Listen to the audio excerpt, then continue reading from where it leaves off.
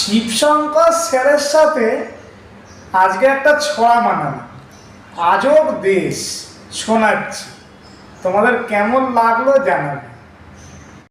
বুঝেছিস নেরা, কাল্লার লোকে খায় গোবরের পেড়া, মুচমুচে ইট খায় দুধে রাখে ভিজিয়ে, বাংলা বোঝে না তারা আপ কুচ কিজিয়ে, পাঁপড় ছেড়ে কাপড় সেঁকে কাদায় মাখে রুটি, কাকাতুয়ার গোঁফ হয়েছে বাঘের মাথায় ঝুঁটি, ঘুমের ঘোরে হাঁটে সবাই নাক দিয়ে খায় খাবার, হঠাৎ যদি গেছো সেথায় চাইবে যেতে আর, যাবে নাকি সেথায় ভায়া করবে না তো ভুল, কেউ যদি যায় দুবার সেথায় গজায় তাকে চুল।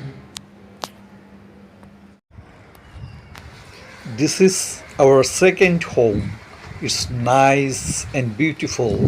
We spend a good time with our friends and colleagues. All are kind and loving.